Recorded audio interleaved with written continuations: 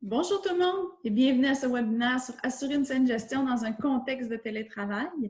Donc, je suis heureuse aujourd'hui de pouvoir vous présenter des trucs, des idées aussi, comment bien gérer une équipe à distance. Donc, c'est sûr que présentement, les entreprises ont dû s'adapter, ont dû revoir leur façon de faire. Donc, comment dans toute cette bousculade-là, parce que ça s'est fait rapidement, comment maintenant, moi, en tant que gestionnaire, en tant que leader, je peux continuer d'assurer une saine gestion. Tout d'abord, je me présente, Catherine Desmonts, je suis consultante en management stratégique et coach professionnel chez Trigone. Donc, j'accompagne les gestionnaires, les dirigeants d'entreprise aussi dans la gestion des entreprises, dans la structuration et dans la formation aussi, donc le développement des compétences. Et j'accompagne aussi au niveau de l'atteinte des objectifs en tant que coach professionnel. Trigone, c'est quoi? C'est une entreprise de services conseil, donc de coaching et de développement des compétences qui accompagne les organisations depuis maintenant plus de 20 ans. Trigone va contribuer de façon distinctive à l'optimisation de votre performance organisationnelle par l'harmonisation aussi des stratégies d'affaires, du capital humain et des technologies aussi en même temps. Donc, comment va fonctionner le webinaire aujourd'hui? Donc, je vous demanderai de fermer vos micros pour éviter qu'il y ait trop de bruit de fond. Il va y avoir une période de questions aussi à la fin. Et n'hésitez pas aussi à poser vos questions via le clavardage. Donc, je ne peux pas les regarder pour le moment, mais je vais les regarder à la fin aussi. Et le webinaire est enregistré pour des fins de rediffusion. Donc, l'objectif du webinaire aujourd'hui, c'est de décrire la distance psychologique existante. Donc, c'est quoi une distance psychologique et pourquoi c'est important et pourquoi, en tant que gestionnaire, je dois en prendre compte aussi. Identifier aussi les mesures qui sont à prendre pour s'adapter en tant que gestionnaire, en tant qu'entreprise. Identifier les bonnes pratiques aussi de la gestion à distance. Le plan de rencontre aujourd'hui, donc, comment exercer une influence à distance. Comment s'adapter à titre de gestionnaire, comme je disais tantôt? Quels sont les risques et les erreurs aussi qui vont être à éviter en télétravail? Les conditions favorables pour me permettre une saine gestion et les bonnes pratiques aussi que je devrais mettre en place pour assurer la gestion en télétravail. Donc, tout d'abord, comment exercer une influence à distance? Donc, quand on utilise au niveau des technologies, au niveau la distance, en fait. En tant que leadership, en tant que gestionnaire, je dois exercer la même influence que si j'étais sur place. C'est plus difficile parce que, donc, on ne voit pas les personnes, on n'est pas en contact direct à tous les jours non plus. Donc, le fait d'utiliser les technologies, c'est ce qu'on va appeler le e-leadership. Donc, c'est d'utiliser l'influencer par la technologie. Comment j'y arrive? C'est un peu ce que je vais vous démontrer aussi en même temps. On veut aussi qu'au niveau de l'influence à distance, c'est de démontrer l'intelligence émotionnelle. Donc, on parle beaucoup du quotient émotionnel. Le quotient émotionnel, c'est quoi? C'est, oui, de reconnaître qu'il y a une émotion, mais de la nommer aussi et de se montrer empathique. Donc, mais pas sympathique, on ne rentre pas dans la sympathie, mais de montrer qu'on est empathique. Un des plus grands défis du gestionnaire en télétravail, ça va être la distance psychologique. La distance psychologique, en fait, c'est la perception du niveau de proximité qu'un individu, un employé va avoir envers une autre personne ou une entreprise ou un groupe de personnes. Donc, comme je dis, c'est une perception qui est propre à chacun. Donc, moi, je peux voir, je peux sentir qu'il y a une distance entre moi et mon gestionnaire, tandis que mon collègue peut sentir qu'il y a un lien particulier aussi. Si je vous donne comme exemple, nous, chez Trigone, on est une firme de consultants, donc on est appelé à aller souvent chez nos clients. On est appelé à être souvent quand même sur la route. On se voit plus ou moins souvent quand on est sur place au bureau. Mais je vous dirais que pendant la pandémie, pendant la crise qu'on a vécue présentement, on n'a jamais été aussi proche et on ne s'est jamais vu aussi souvent non plus. Donc, on a créé des liens qui sont différents. On a appris à se connaître dans un contexte différent aussi en même temps. Donc, on peut dire qu'au niveau de la distance psychologique, ma perception à moi, c'est qu'elle a diminué par rapport à avant aussi, en même temps. La perception, la distance psychologique va jouer aussi sur l'engagement des employés. Hein. Si je sens qu'il y a une distance entre moi et mon gestionnaire, il va y avoir aussi une distance entre moi et mon entreprise et je ne serai pas motivée non plus à participer aux réunions ou à participer au projet. Donc, mon engagement ne sera pas le même non plus. Ça va jouer sur la cohésion d'équipe. Hein, si je me retire un peu de l'équipe, ça se peut que la cohésion de l'équipe en souffre aussi un petit peu. La satisfaction aussi des individus. Si je sens qu'il y a une grande distance, je ne serai pas satisfait non plus de la gestion de mon gestionnaire, la gestion que fait l'entreprise. La communication entre collègues aussi. Hein? Donc, le niveau de proximité va jouer aussi dans le délai, dans la communication. Si je sens une distance psychologique qui est grande, je n'aurai peut-être pas tendance non plus à répondre rapidement. Et à l'inverse, si mon gestionnaire prend un temps énorme avant de me répondre, ça se peut qu'il y ait une distance qui s'installe entre lui et moi aussi. Donc, ce qu'il faut se rappeler, c'est que la distance psychologique, c'est aussi notre perception. Hein? Donc, il y a plusieurs facteurs qui peuvent influencer cette perception-là. Ce n'est pas juste la distance entre moi et les employés, moi en tant que gestionnaire et mes employés, mais c'est aussi la distance entre l'employé et l'entreprise. Et moi, en tant que gestionnaire, je peux avoir une distance aussi avec mon entreprise. Mais tout va passer par le gestionnaire. Donc, c'est important d'influencer à distance. Tout va passer par vous. Donc, comment est-ce qu'on va y arriver? Bien, c'est comme je disais, avec le leadership, l'intelligence émotionnelle, communiquer aussi, donner de l'information. Donc, transmettre des messages clairs, s'assurer qu'ils ont été bien compris. Il faut parler des faits marquants aussi, le revue de la semaine, de ce qui s'en vient. Quelle est votre vision en tant que gestionnaire aussi? C'est important. Soyez concis, soyez factuel aussi quand vous donnez de l'information. Effectuez des rencontres hebdomadaires, mais effectuez aussi d'équipe, mais effectuez aussi des rencontres individuelles. Donc, n'ayez pas peur de communiquer avec vos employés individuellement, juste pour prendre des nouvelles, savoir comment ça va aussi en même temps. Donc, l'intelligence émotionnelle, comme je disais, c'est de reconnaître les émotions et d'être capable de les nommer, mais démontrer aussi de l'empathie. Donc, je suis empathique à la situation des employés, pas une situation qui est pareille. N'oubliez personne non plus, autant que les employés occasionnels, autant que les employés qui ont été mis à pied temporairement. Encore plus important qu'ils gardent le lien d'emploi. Donc, si je mets quelqu'un temporairement à pied et que je ne m'en occupe plus, la distance va se créer. Donc, peut-être qu'il va être difficile de le ramener aussi au sein de l'entreprise. Gardez un contrôle aussi sur vos émotions à vous. En tant que gestionnaire, vous devez demeurer calme, peu importe la situation. Démontrer une écoute active. Hein? Une écoute active, c'est au-delà de dire, bien, moi, je vais fermer mon ordinateur quand quelqu'un entre dans mon bureau, quand je suis sur place. Quand je suis en télétravail, si jamais je suis au téléphone ou en vidéoconférence, on laisse le cellulaire de côté, on le tourne devant pour ne pas voir l'écran. Je me promets, je ne fais pas autre chose pendant que je suis au téléphone non plus. Donc, l'écoute active, c'est être à l'écoute des non-dits aussi, du non-verbal, des silences, du paraverbal, des soupirs aussi. Ça va vous permettre de réagir rapidement si jamais il y a quelque chose, si jamais il y a de la résistance, si jamais on voit du découragement, l'insatisfaction aussi en même temps. Puis les vrais leaders vont souvent se manifester en période de crise. Donc, si vous ne prenez pas votre place à titre de gestionnaire, à titre de leader, il y a quelqu'un d'autre qui va la prendre et qui va motiver, mais peut-être pas dans la vision que vous voulez aller. Donc, n'ayez pas peur de démontrer votre leadership aussi. Créer un espace aussi de climat de collaboration, de communication. Donc, partagez l'information et n'agissez pas seul. Impliquez tous vos employés. Donc, un leader, c'est s'entourer de gens compétents et c'est développer aussi, mettre de l'avant son équipe. Donc, même en télétravail, il ne faut pas agir seul non plus, impliquer vos employés. Donc, ce que je viens de vous nommer, c'est un peu la définition d'un leadership, que ce soit sur place, en bureau ou que ce soit en télétravail. Un leader va demeurer le même, c'est juste la technologie, c'est juste les moyens qu'il va utiliser qui vont être différents, donc, et comment il va s'en servir, donc, par rapport au leadership, encore une fois. La distance psychologique, comme je vous disais, c'est une perception.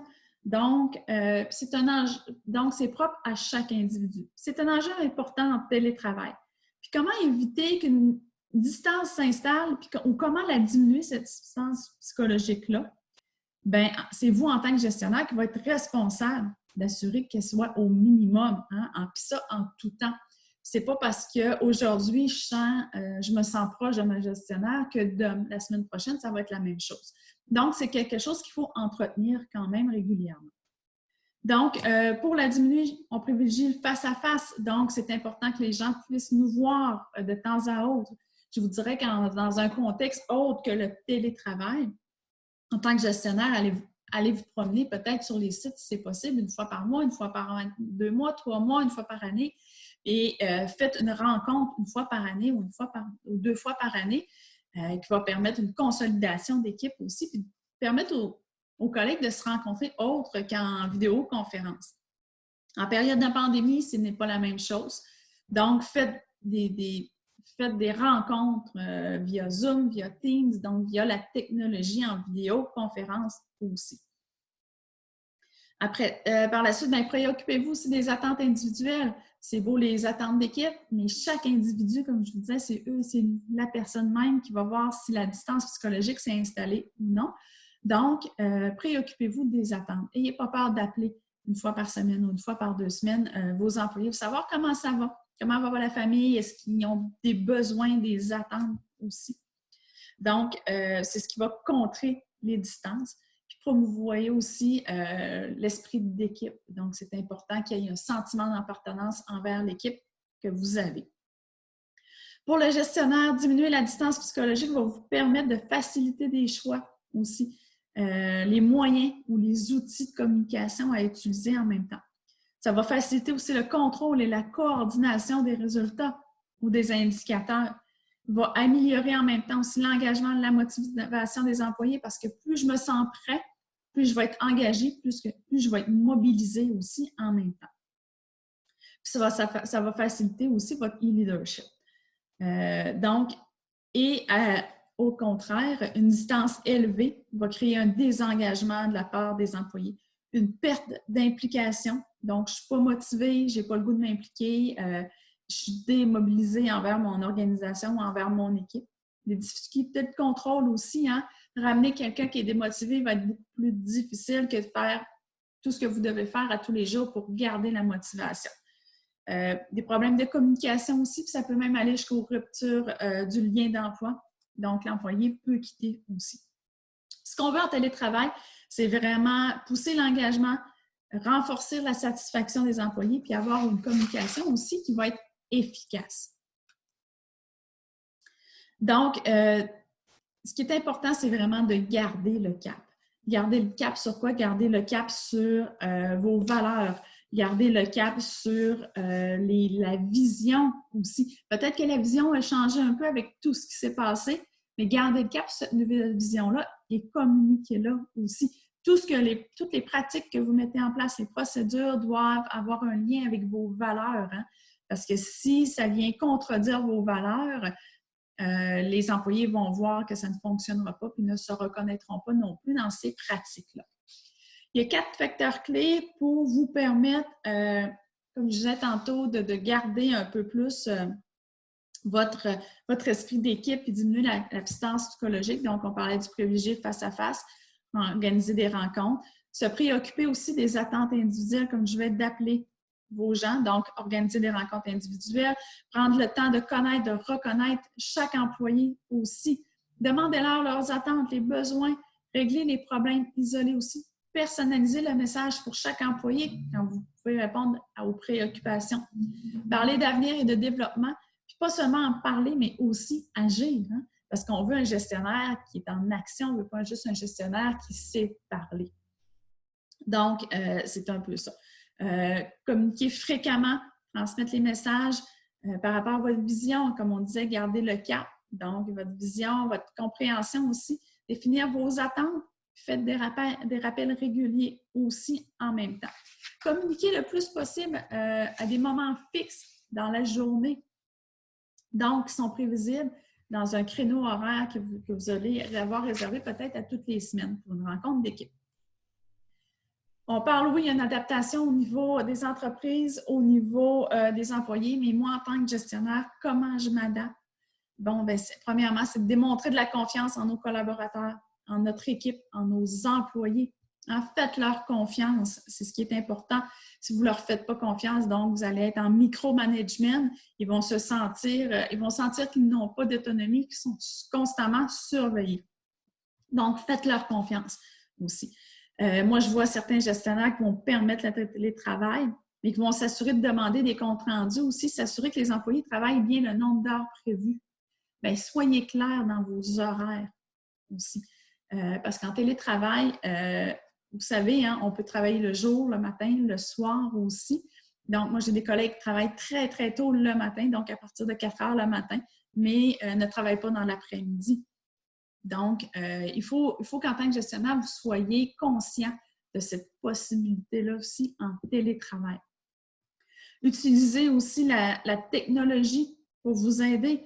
Donc, vous pouvez aller vous former sur différentes plateformes pour vous permettre de communiquer aussi en même temps. Vous pouvez, il y a Trello aussi qui existe par rapport à toutes les tâches, la liste de tâches que vous pouvez mettre.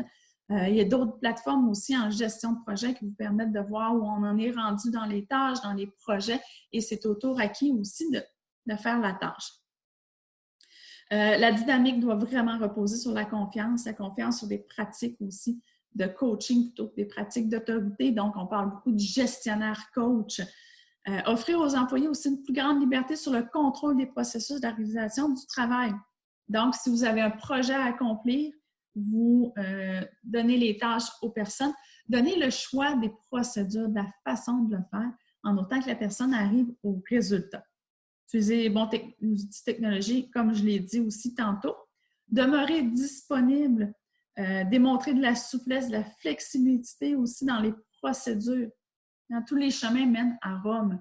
Donc, il faut juste voir aussi de quelle façon on va s'y rendre.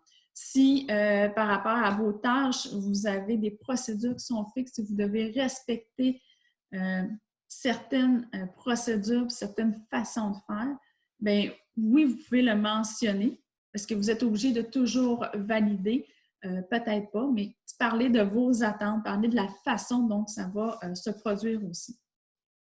Adaptez vos attentes aux contraintes qui sont présentes. Donc, on parle de contexte de pandémie où il y a des enfants à la maison, peut-être 2 conjoints, on est peut-être mal installé aussi, il y a des horaires qui diffèrent. Donc, adaptez vos attentes par rapport à ce contexte-là aussi. Donc, valoriser aussi au-delà des tâches. Puis on le sait, hein, les gens ont besoin d'affiliation, hein, c'est dans la pyramide de Maslow. Donc, ont besoin de sentir que vous les accompagnez, ont besoin aussi de sentir qu'ils font partie de l'équipe aussi en même temps.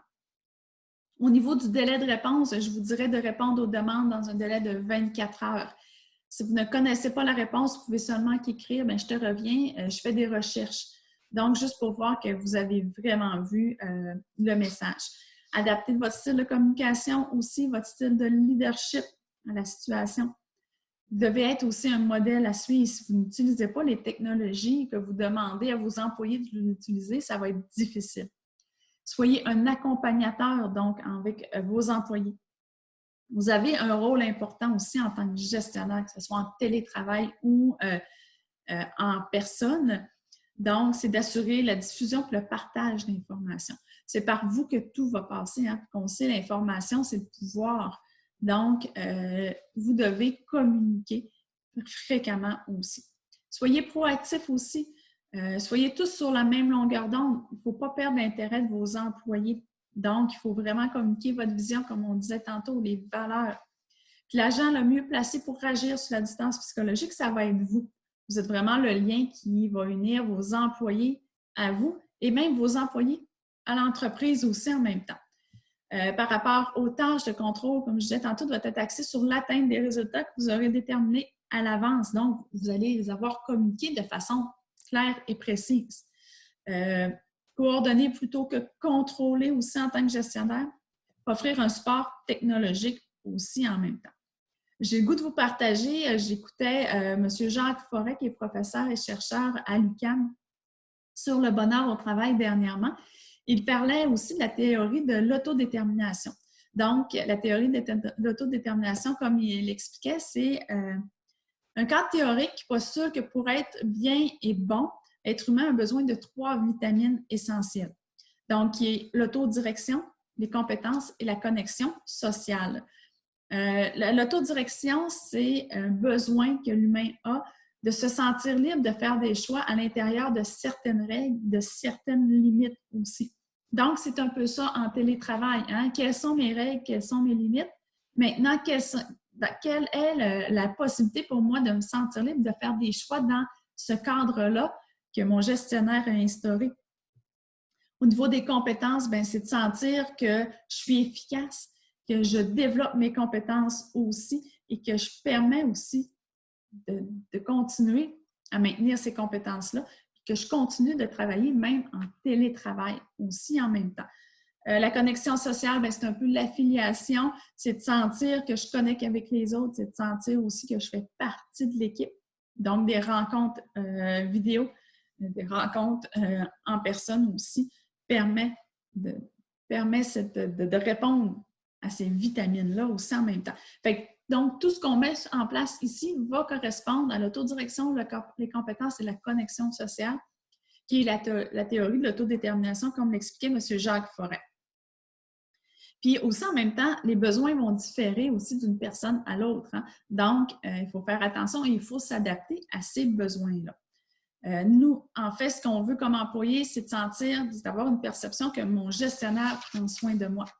Puis on le voit hein, dans la communauté présentement, on sent la solidarité par rapport à la crise qu'on vit, la bienveillance aussi. Donc, c'est ce que je m'attends de mon gestionnaire aussi en même temps, même si c'est en télétravail.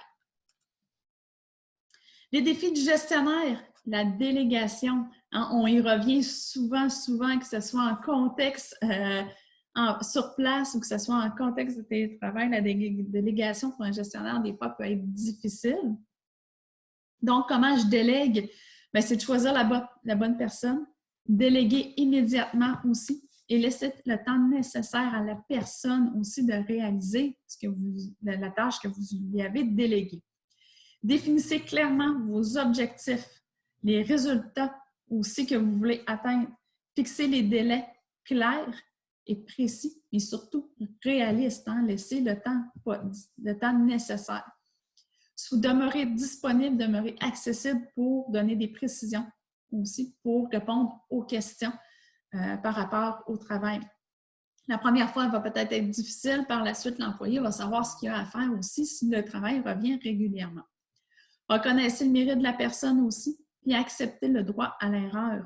Donc, je vous dirais que si l'humain n'avait pas fait d'erreur, on ne serait pas là aujourd'hui, il n'y aurait pas eu des découvertes.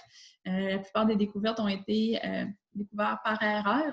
Donc, par contre, qu'est-ce que je retire de cette erreur-là? Quel apprentissage j'en fais? Maintenant, comment je vais m'en servir pour corriger ou pour m'améliorer?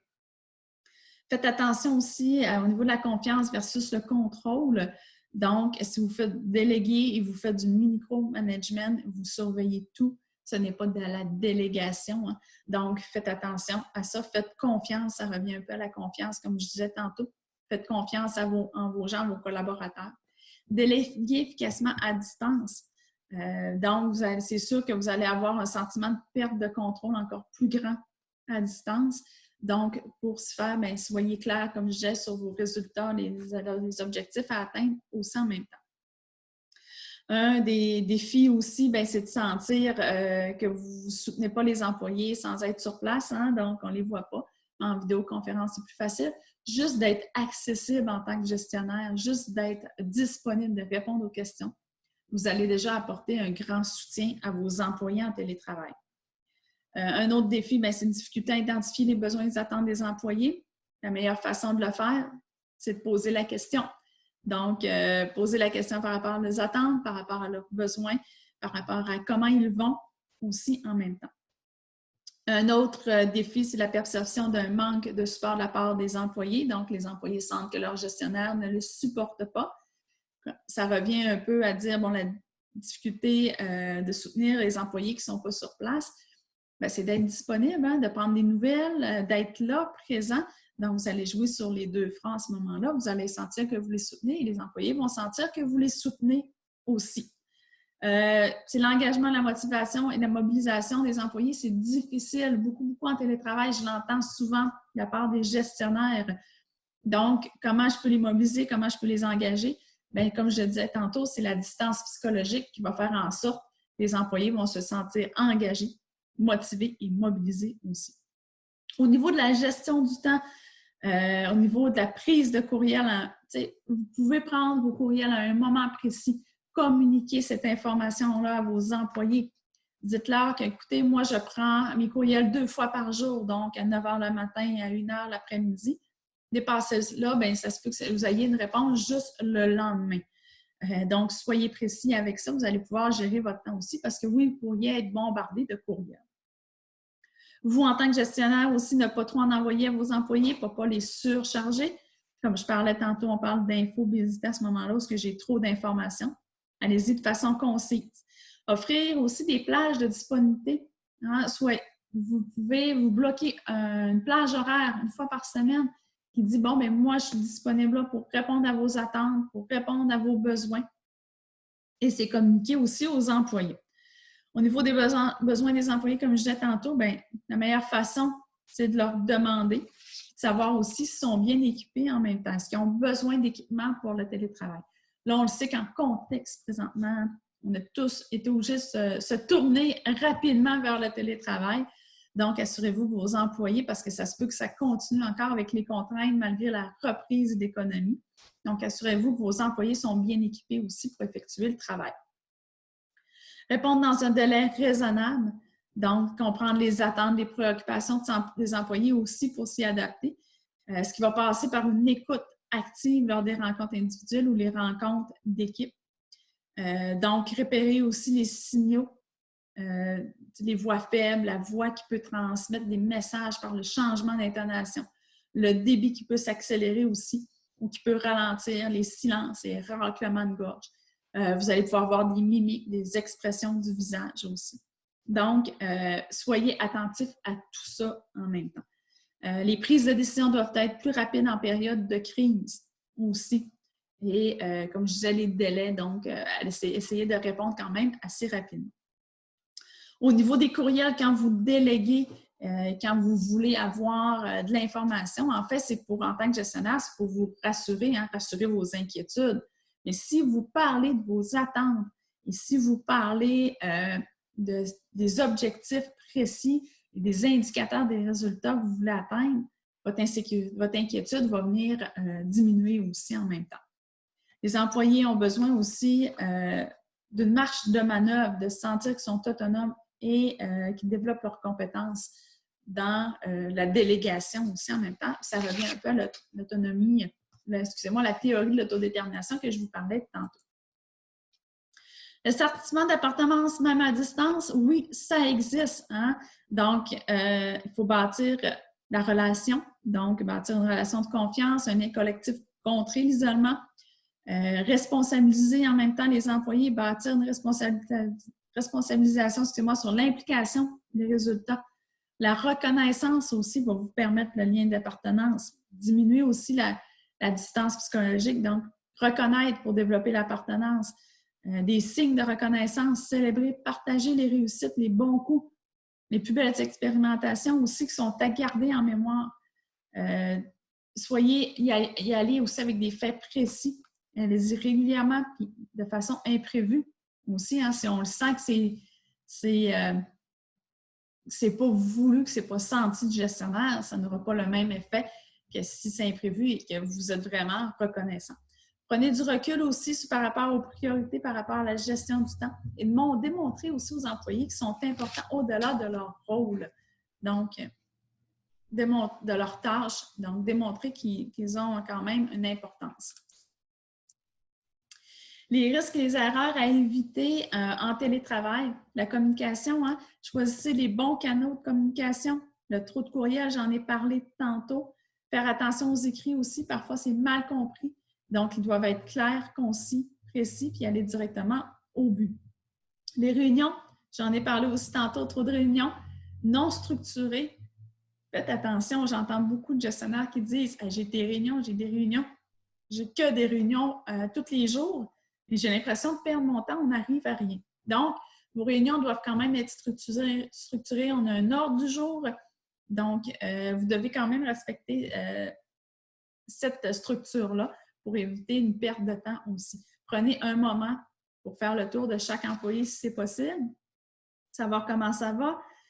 Par la suite, bien, vous pouvez y aller aussi avec votre ordre du jour et vous pouvez inviter une personne à parler aussi d'un point en particulier. Ce n'est pas nécessairement toujours au gestionnaire à animer la réunion.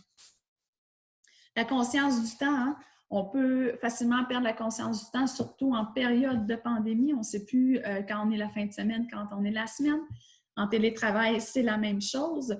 Donc, faire attention à vos envois de courriel le week-end ou tard le soir aussi en même temps. La surcharge de travail, il y a des gens qui, même en télétravail, ont trop de travail et à l'inverse, il y en a qui sont en sous-charge de travail.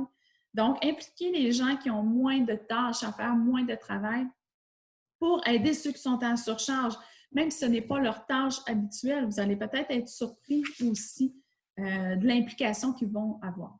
Les délais, hein, je disais, en tant que gestionnaire, répondez dans un délai assez rapide, mais j'ai entendu aussi des gestionnaires dire ben, j'ai envoyé un message texte ou j'ai envoyé un courriel, puis il ne m'a pas encore répondu, puis il est supposé être en télétravail.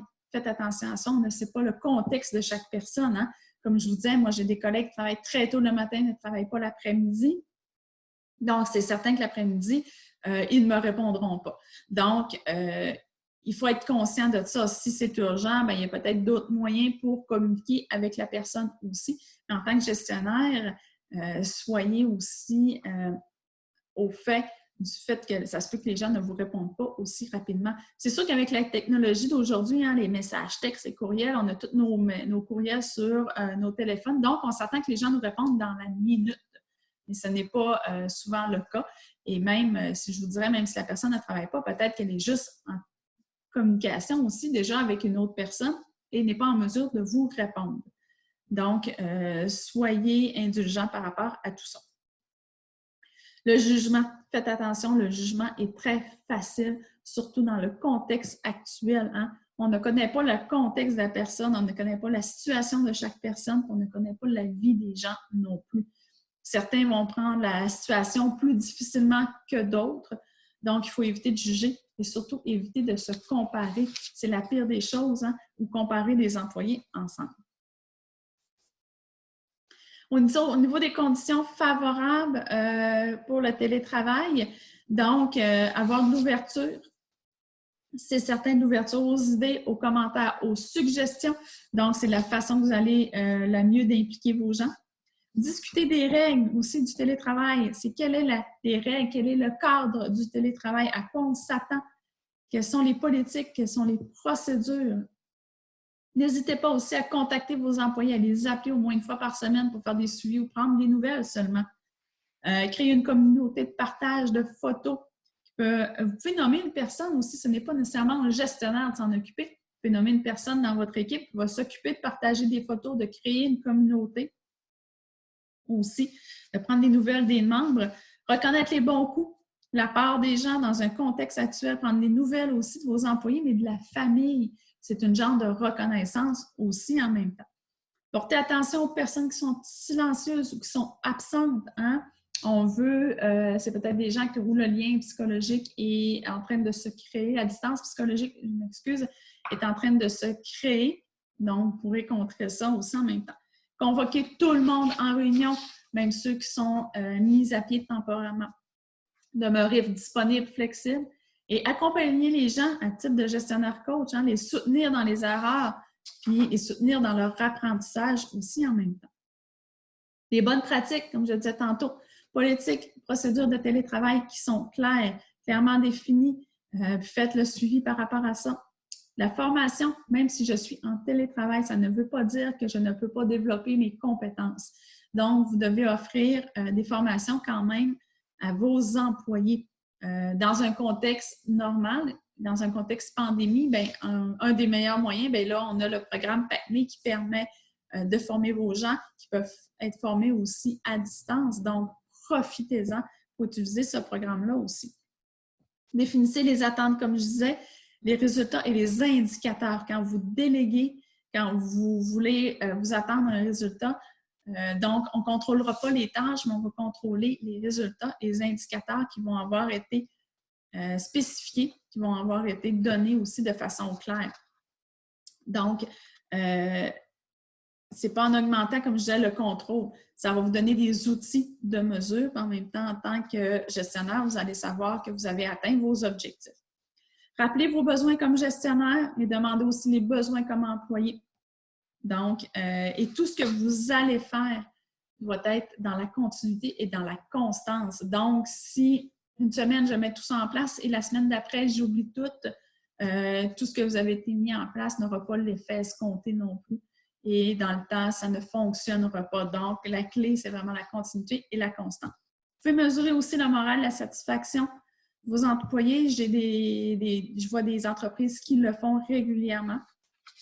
Partagez aussi en tant que gestionnaire votre savoir-faire, informer, communiquer aussi à vos employés.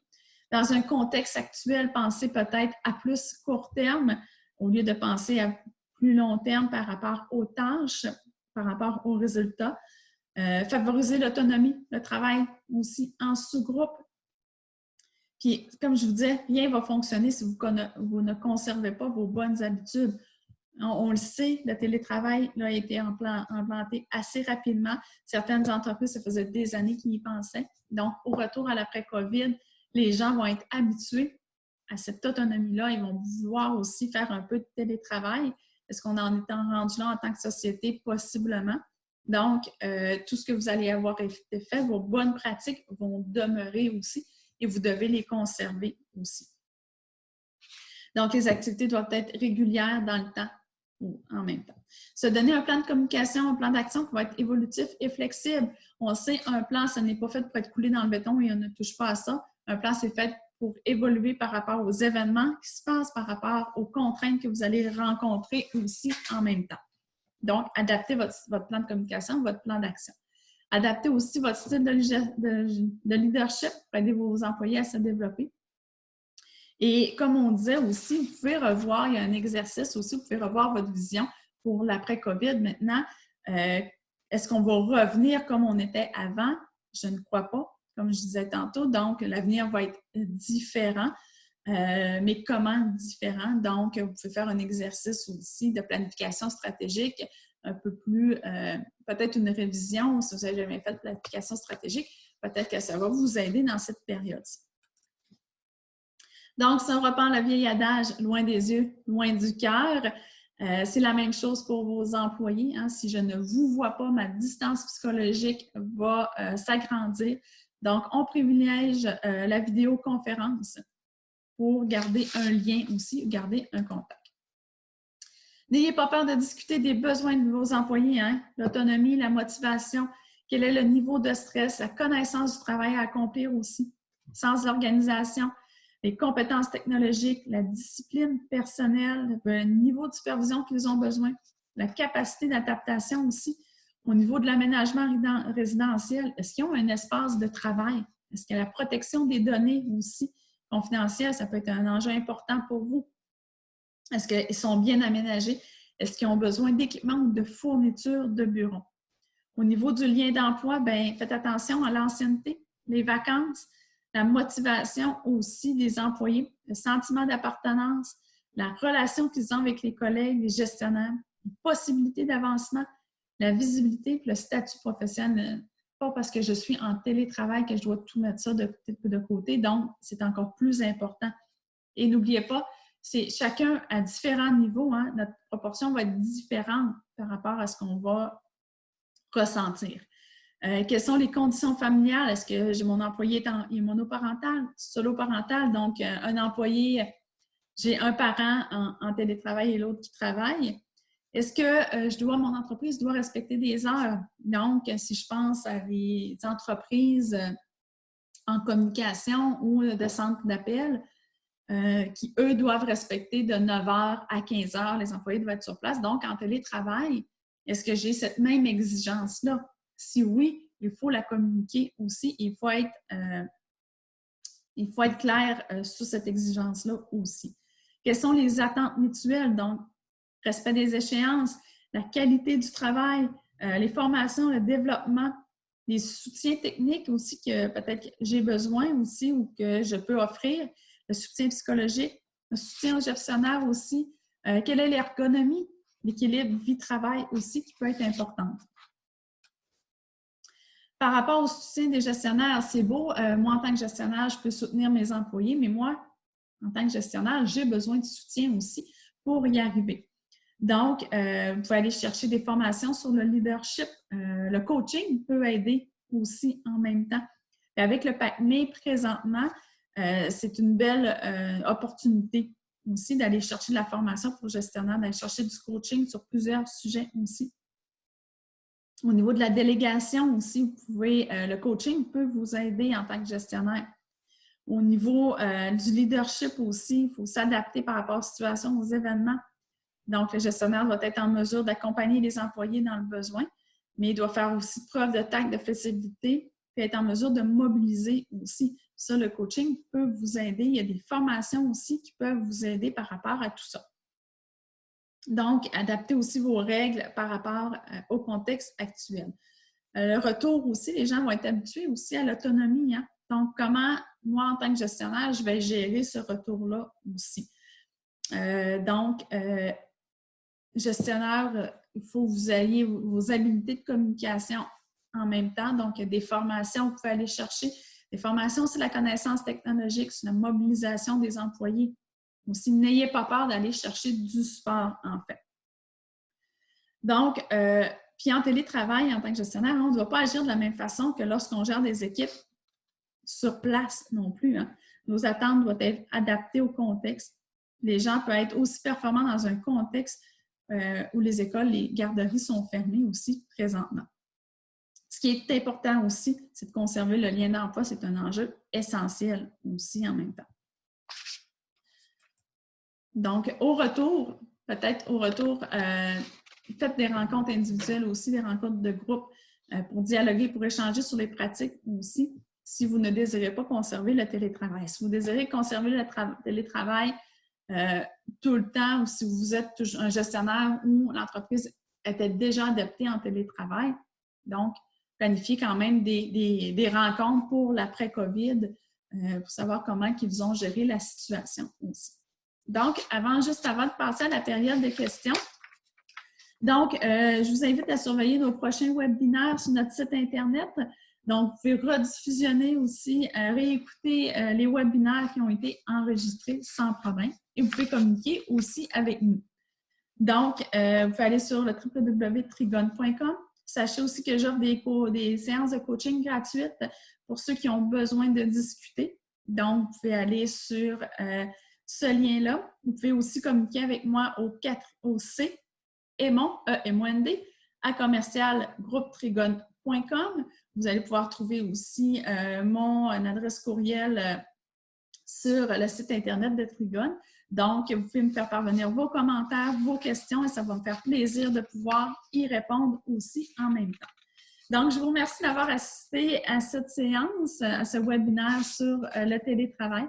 J'espère pour vous que ça va bien se passer et que vous serez en mesure de vous adapter pour ceux qui viennent de commencer le télétravail, pour ceux que ça s'est déjà entamé depuis plusieurs mois ou plusieurs années. Donc, continuez à agir et surtout agissez sur la distance psychologique. Donc, je vous remercie et on va passer à la période de questions. Bonne journée.